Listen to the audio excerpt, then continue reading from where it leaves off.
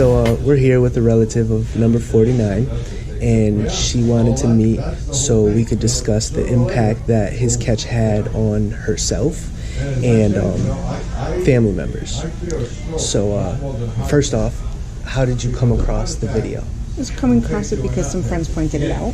They had been watching and they thought maybe I would know this person. And or did I ever? And he ended up being a close family member. Yes. Okay. What was your first thoughts before you made contact with me?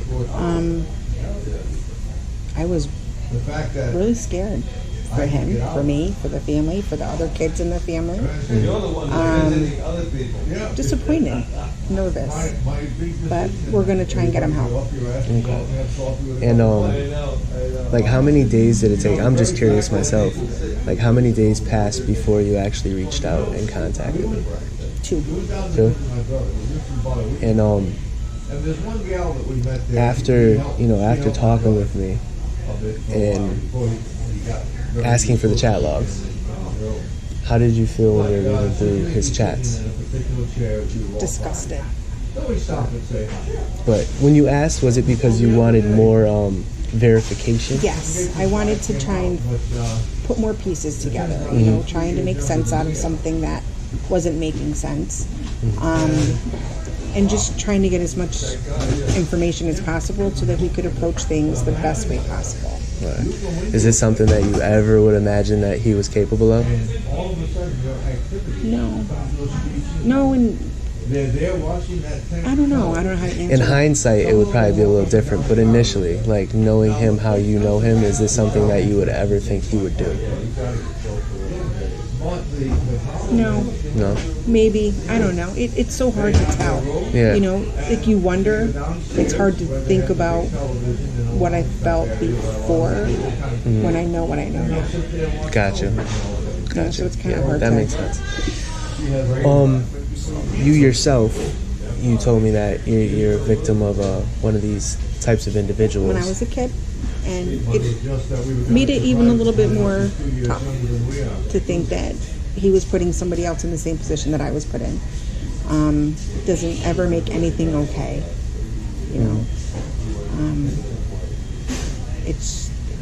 it was crazy, I don't understand why somebody would want to do that to somebody else. So it brings up a whole nother realm of emotion. But I've watched a few of the other videos, and I see a lot of the people that you catch saying, "Oh, I was abused." It doesn't make it okay to do somebody else either. It's the worst feeling that you can have to have that done to you. Why would you want somebody else to feel that way? Yeah, and before in our other conversation, you were actually going through how it made you feel growing up, and how you felt unlovable. Go through that, just so people can understand. People that aren't victims. The person who did it to me was a very close family member. I was kind of at his mercy when this stuff would happen, and it does. It made me feel unlovable. It made me feel angry. It made me feel just mad at the world. And I spent a lot of time being very angry about it until I actually did speak with my sister and found out that she didn't think what I knew she thought, what I thought she knew. And it helped me start to be able to process things, and it started to help me work through it. But I spent a lot of time being very upset and angry and mean and hurt by all of it. How many years did it go on? I don't remember when it started. Oh, yeah. I don't remember when it started. My aunt always watched us. But I remember I was my 13th birthday party when I said it's not happening anymore. So from whenever it started to 13. See, and I think that goes to show, like, how much of not of a backbone, I didn't know how to word that, but how much of a coward these guys really are, because even when a child puts their foot down, then they back off, right? This person's always been always wanting the upper hand, always very wants the control. And I think he just wanted to control someone and something and everything, and kind of backfired on him. It took a while, but it backfired, and it doesn't impact how I would treat somebody else. I would help somebody else, but I would never hurt somebody else because I know what it feels like. See, and that's how my logic and rationale would be, as far as, like, you know, if I was in your shoes, and when I asked these guys that claim that they have been abused, you know, why would you do that to somebody else? None of them have an actual legit answer for me, and I can't wrap my mind around it. As far as number 49 though, what do you plan to do moving forward? Like, how do you think you're gonna actually approach it? I know you say you're thinking about it off camera, but just for the viewers. I'm not really sure yet. I definitely feel that he needs help. You know, I think that we need to come together more as a family and support him and try and figure out the best way to help him, knowing that we can't force him into mental health. Is kind of scary, especially when I think maybe you need to talk to somebody. But if he won't seek professional help, which you even gave him the information for, which, by the way, we're thankful for, and we're hoping on his own he maybe reached out. I'm hoping that we can all just kind of come together and support him and stop him from doing this again. You know, like you say, it could be a lot worse. Yeah, it could have been a real kid's parent waiting for him, right?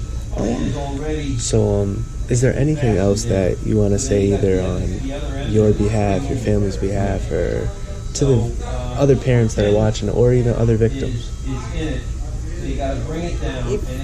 Personally, I think if somebody's caught by you, you're giving them a second chance.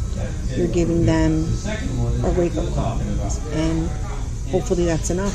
Maybe it's their first time. Maybe it's their, who knows.